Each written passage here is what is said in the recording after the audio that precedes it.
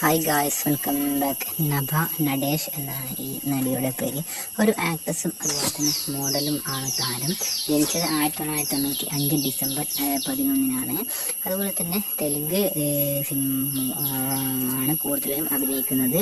കന്നഡ ചിത്രമായ വജ്രഗ 2015 എന്ന ചിത്രത്തിലൂടെ പിന്നീട് തെലുങ്കിൽ നന്നു ദോച്ചു കുന്തു അത് 2018 എന്ന ചിത്രത്തിലൂടെയും അവർ അരങ്ങേറ്റം കുറിച്ചു.